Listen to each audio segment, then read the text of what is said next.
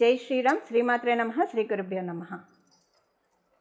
2025 సంవత్సరం జూలై నెల 6వ తారీఖు నుంచి 2025 సంవత్సరం జూలై 12వ తారీఖు వరకు కూడా ఈ వారం యొక్క వార ఫలాలు ద్వాదశ రాశుల వాళ్ళకి, ద్వాదశ లగ్నాల వాళ్ళకి ఒకసారి మనం పరిశీలిద్దాము. ఈ గ్రహగతులు ఫస్ట్గా ప్రథమంగా గ్రహగతులు చూద్దాము.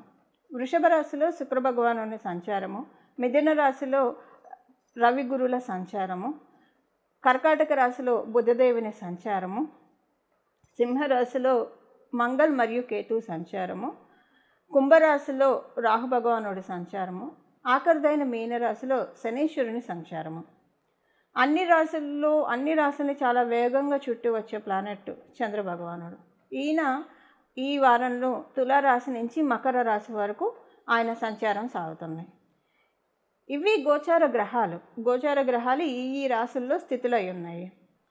అన్నిటికంటే ఉత్తమమైన అంశం ఏంటంటే మన వేదిక్ డే స్టార్ట్ అయ్యేది ఆదివారం నుంచి. ఇది మనకి తెలుసు కదా. ఆదివారము ఏకాదశి తిథి వచ్చింది. దీన్నే తొలి ఏకాదశి, శయన ఏకాదశి అంటాము. అంటే ఈ వారం ప్రారంభమే చాలా శుభాంశాలతోటి ప్రారంభమైంది. ఈ వారం రవి బలం అత్యద్భుతంగా ఉంది.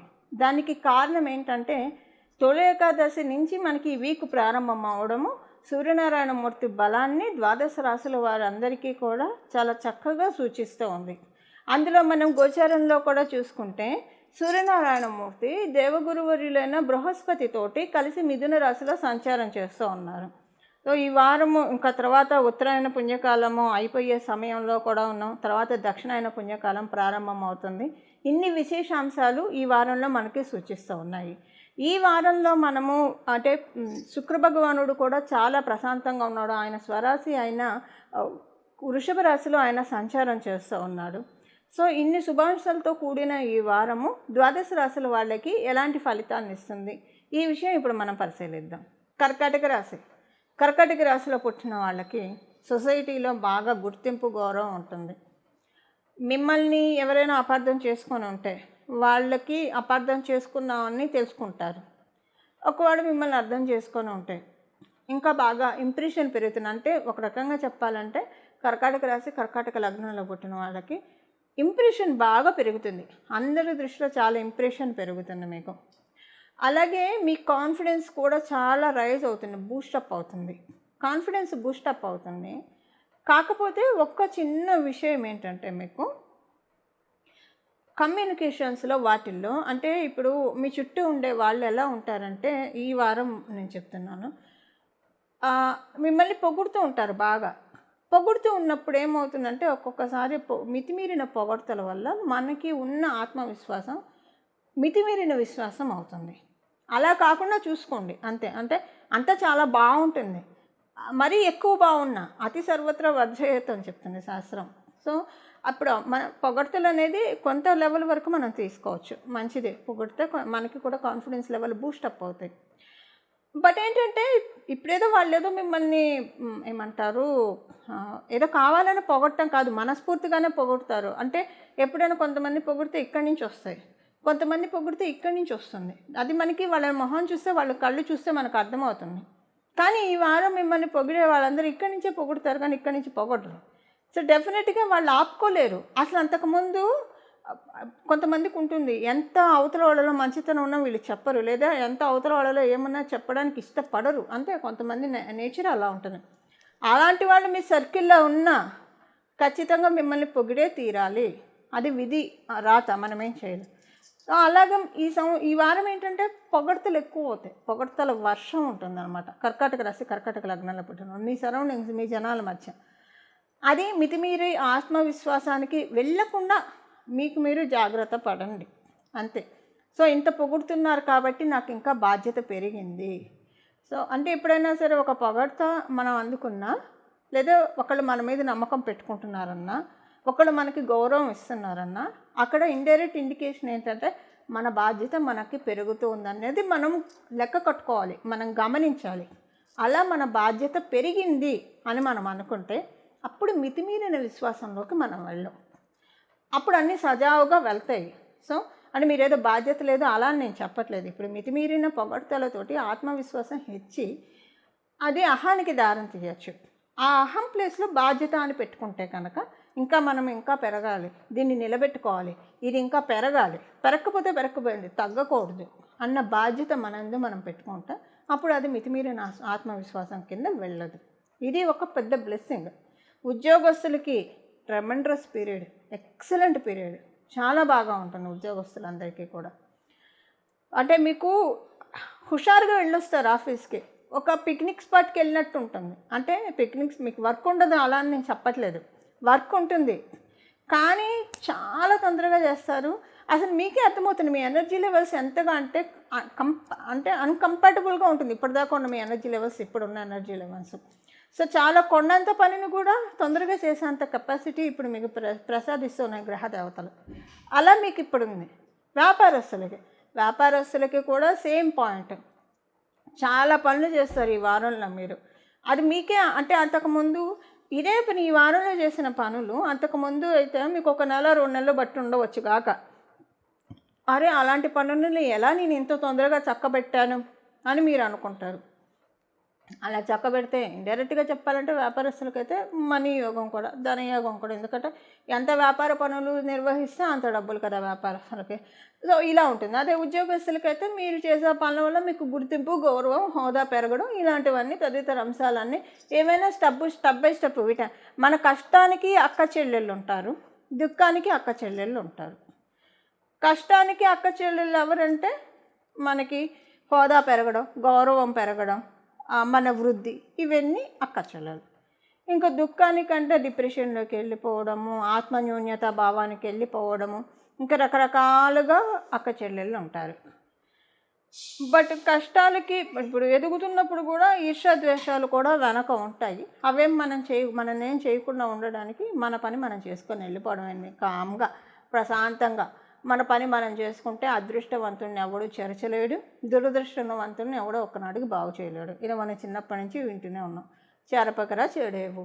ఎవరైనా ఈర్ష్యతోటి, అసూయతోటి, కుళ్ళుతోటి ఉన్నవి లేనివి చెప్పేసేసి ఏదైనా చెరచాలని చూస్తే చెడతారు, వాళ్ళే చెడతారు. మనం ఏమీ ఆలోచించక్కర్లేదు, ఏమీ బాధపడక్కర్లేదు, ఏమీ భయపడక్కర్లేదు.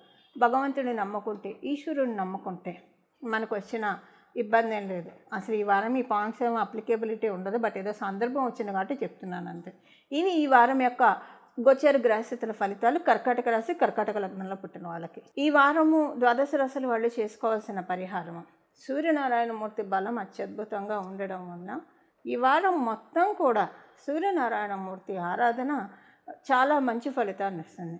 ఏకాదశి ఆదివారంతో కూడి వచ్చింది మనకి. అంటే మనం చాలా రకాలైన పూజలు చేస్తూ ఉంటాము. ఇది అంటే కొన్ని విశేషమైన సమయాల్లో కొన్ని చేయడం వల్ల అవి ఎప్పుడు చేసినా మనకు కలిసి వస్తాయి. కానీ కొన్ని విశేషమైన రోజుల్లో చేయడం వల్ల పట్టు ఎక్కువ ఉంటుంది. అందులో ఒకటి రామదేవుని కథ. అంటే మీ అందరికీ కుదిరితే చేయడానికి ప్రయత్నించండి. మీరు ఏ పూజా స్టోర్స్కి వెళ్ళినా రామదేవుని కథ అనే బుక్ దొరుకుతుంది. అదేంటంటే 5 గురువారాలు 5 ఆదివారాలు చేయాలి. ఇంటికి మామిడి తోరణాలు కట్టాలి, ఆవు నెత్తితో దీపారాధన చేయాలి, ఆవు పాలు, గోధుమ నూక, పంచదార కలిపి ప్రసాదం చేసి ఉడికించి 5 ఉండలు చేసి ఒక కుండ రామచంద్రమూర్తికి, ఒక కుండ బ్రాహ్మణుడికి, ఒక కుండ ముత్తైదుకి, ఒక కుండ బంధుమిత్రాదులకి, ఒక కుండ పంచిపెట్టి మనం ఒక కుండ తినాలని చెప్పి అందులో కథలో ఉంటుంది. మనకి ప్రొసీజర్ అంతా కథలో ఉంటుంది. ఇది చాలా అంటే చాలా మంచి ఫలితాన్ని ఇస్తుంది. సూర్యనారాయణమూర్తి బలాన్ని లిటరల్గా పెంచేస్తుంది. ఇక్ష్వాకుల వంశ తిలకుడు కదా రామచంద్రమూర్తి. ఇక్ష్వాకుల వంశానికి ఆరాధ్య దైవం ఎవరు? సూర్యనారాయణమూర్తే కదా. ఒక్కసారి మీరు అంటే ఇది నేను చేశాను, చాలామందికి చెప్పడం కూడా జరిగింది. ఇది చేసిన తర్వాత చాలామంది మంచి రిజల్ట్స్ కూడా చూశారు.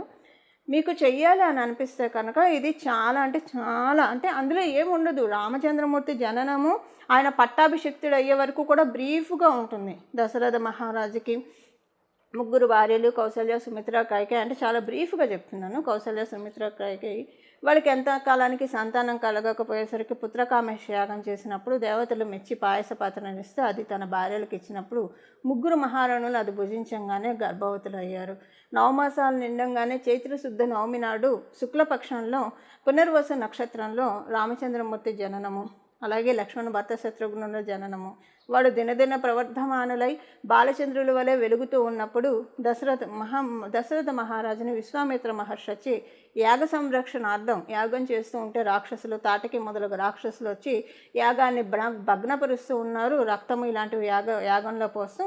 సో రక్షణ కోసం రామలక్ష్మణుని పంపించమన్నప్పుడు దశరథ మహారాజు అంగీకరించి వాళ్ళిద్దరిని పంపించడము.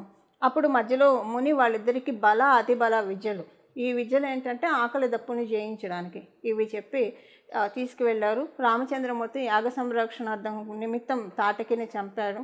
అలాగే శివుని విల్లి వంచి సీతామహాసాధ్విని పెళ్లి చేసుకోవడము, అహల్య శాప విమోచనం చేయడము, కైకవరం చేత 14 ఏళ్ళు వనవాసానికి వెళ్ళడము, అజ్ఞానంతో వచ్చి రావణాసురుడు సీతామహాసాధ్విని చెరపట్టి తీసుకువెళ్ళడము, తర్వాత లంకాపురానికి వెళ్ళడము, లంకా దహనం చేయడము, విభీషణుడికి రావణాసుని వధించి విభీషణుడికి పట్టం కట్టి తిరిగి అయోధ్యకి తిరిగి వచ్చి సుఖంగా పట్టాభిషిక్తులై రాజ్యం వెళ్తూ ఉన్నారు. అంటే మన రామాయణం ఉన్నదే బ్రీఫ్గా ఇందులో ఉన్నది, పట్టాభిషిక్తం వరకు ఉంది.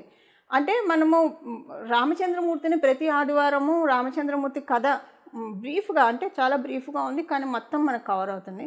మన రామాయణం మొత్తం మనం చదవడం కష్టం ఒక రోజులో. సో ఇండైరెక్ట్గా రామాయణం మొత్తం, అసలు రామాయణం మొత్తం చదవాలి, రామాయణ గ్రంథం మన ఇంట్లో ఉండాలి, అది చేయాలి.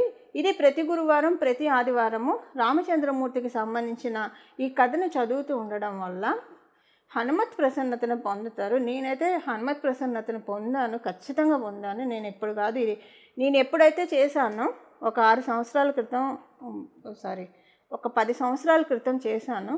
ఇది చేసిన తర్వాత నుంచి నా జీవితంలో వెనక్కి తిరిగి చూసుకునే పరిస్థితులు నాకు ఎప్పుడూ రాలేదు. నేను ప్రతి గురువారం ప్రతి ఆదివారం అంటే నేను ఆ కథ చదువుకుని అక్షంతలు అయితే వేసుకుంటాను, ఎందుకంటే నాకు అంత సెంటిమెంట్ ఆ కథ. చాలామందికి చెప్పాను, అందరికీ మంచి జరిగింది. ఇప్పుడు ఇదంతా ఎందుకు చెప్తున్నానంటే ఈ వారము చాలా బాగుంది. సూర్యనారాయణమూర్తి పట్టు పర్ఫెక్ట్గా ఉన్న సమయము గోచారంలో కూడా మనం చూసుకుంటే ఈ సమయంలో మనకి ఇంకా పంచాంగ గణన లెక్కల ప్రకారం కూడా ఏకాదశి ఆదివారం రావడము, ఇవన్నీ ఇన్ని శుభాంశాలతో కూడి ఉన్నది.